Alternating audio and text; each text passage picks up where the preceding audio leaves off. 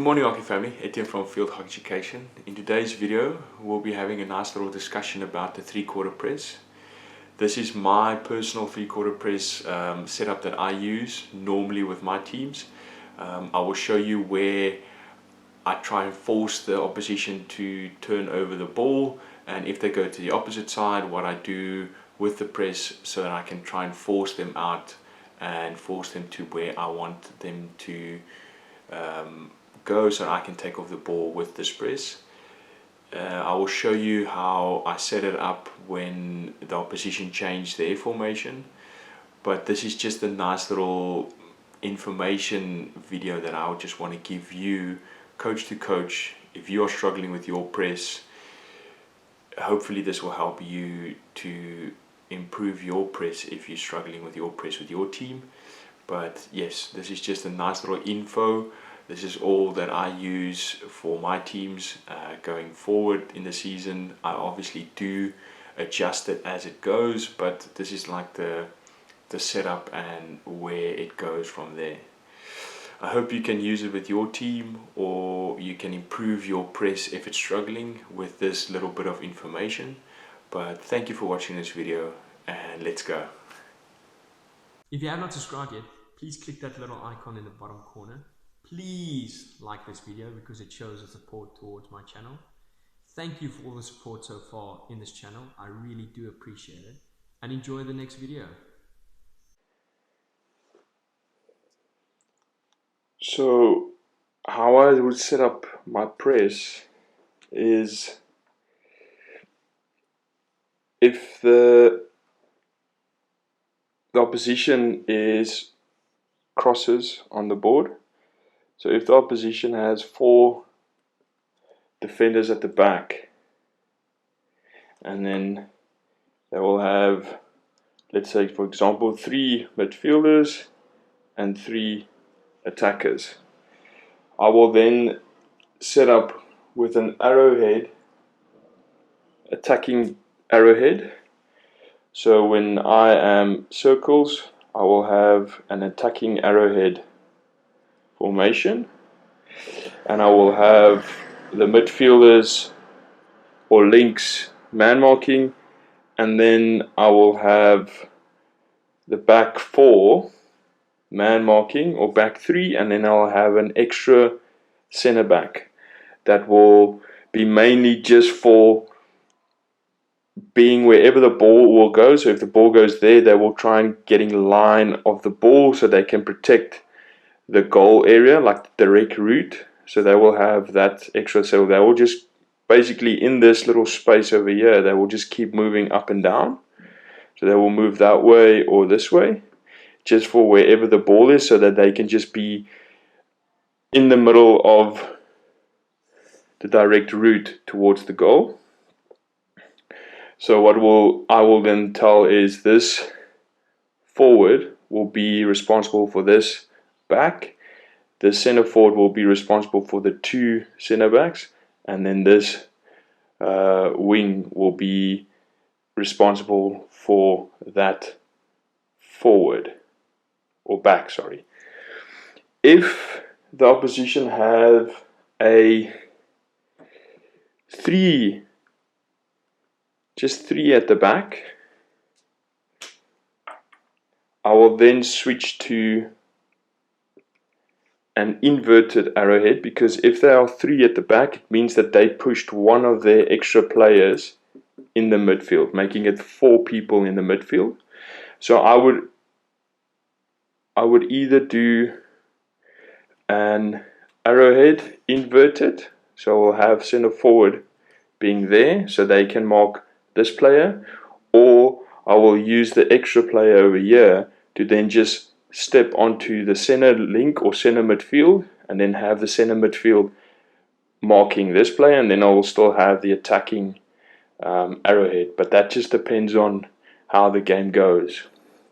But I would tend to just have an inverted arrowhead, just so that we can nullify this extra player that they brought into the midfield, and the rest will stay exactly the same.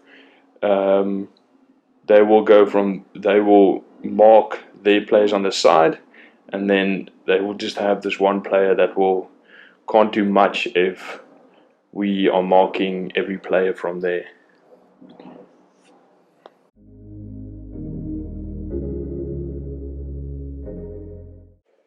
So for my press, if I want to take the ball, I like to take off the ball on our strong side, so it will be in this area mainly.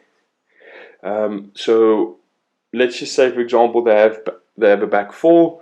I will have the 3-man on top with the arrowhead, and then the rest of my players marking with this 3-man over here.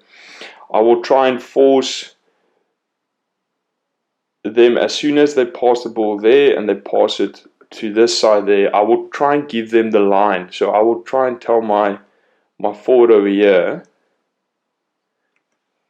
to set up in this way, so that there's fake space that we are giving this back or left back or right back into this area, where as soon as that happens, I will then have my center forward making a lead to try and cut out this back pass. So now we're trying to force them into that little space over here, in this shaded space over here, and then I will have my other forward getting into that area more or less, so that that ball's not on.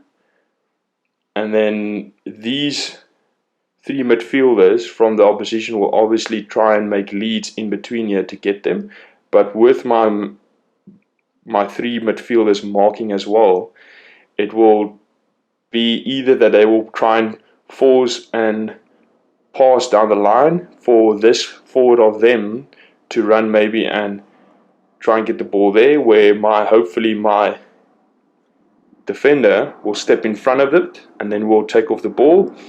Or it will happen where exactly the same, they will try and throw the ball in for this midfielder, where my midfielder will step in front of the ball. And from there, if we get the ball, we will attack. So then we'll have 1, 2, 3, 4, 5, and then we can use this extra play as well for attacking option. So what can happen is this center midfielder can go up line, and then this extra center back will become the center midfielder in the middle of the field for that connecting pass from this middle channel to the left hand channel. So that's mainly where I will try and press them, in this little area.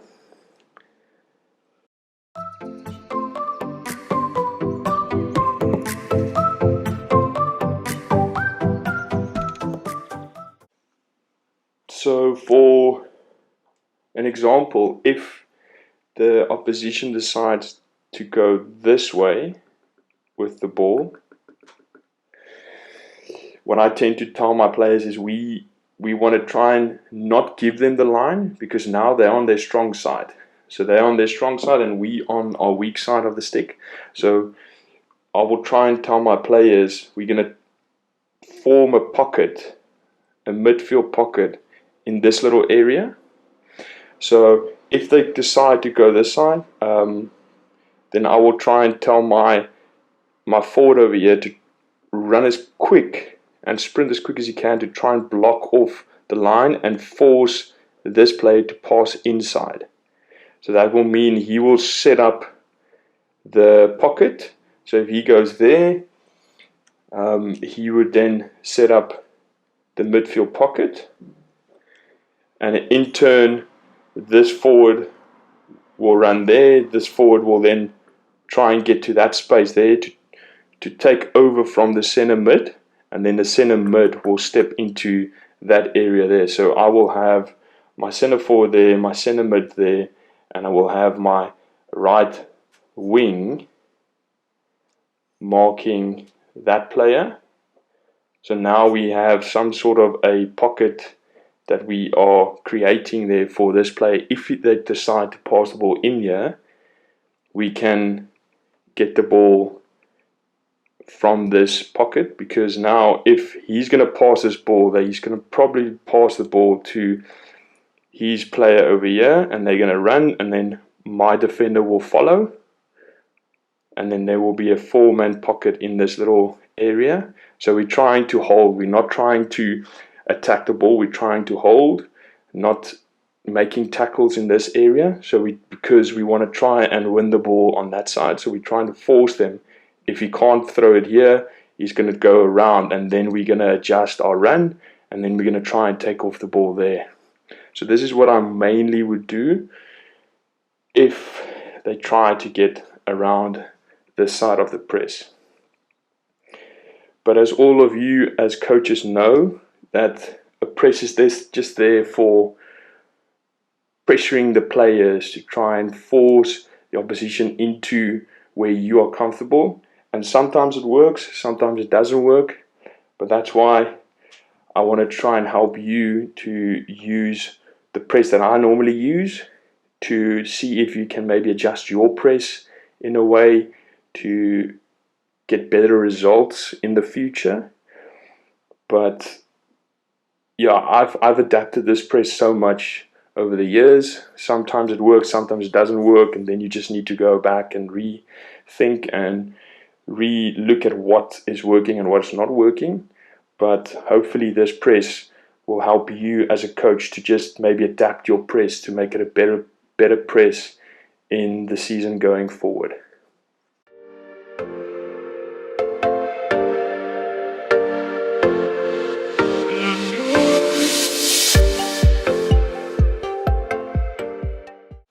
So that was just a nice little info about the 3/4 press. You can use this system if you want to. This is why I gave it coach to coach, so I can try and help other coaches with this specific press. But I hope you can use it, or I hope you can use parts of this press to improve your press with your team that you're using at this moment, and also that it can improve your press going forward in the season. Thank you for watching this video. I really do appreciate it. Thank you for all the support so far in this channel. I really do appreciate it. See you next time. Bye bye.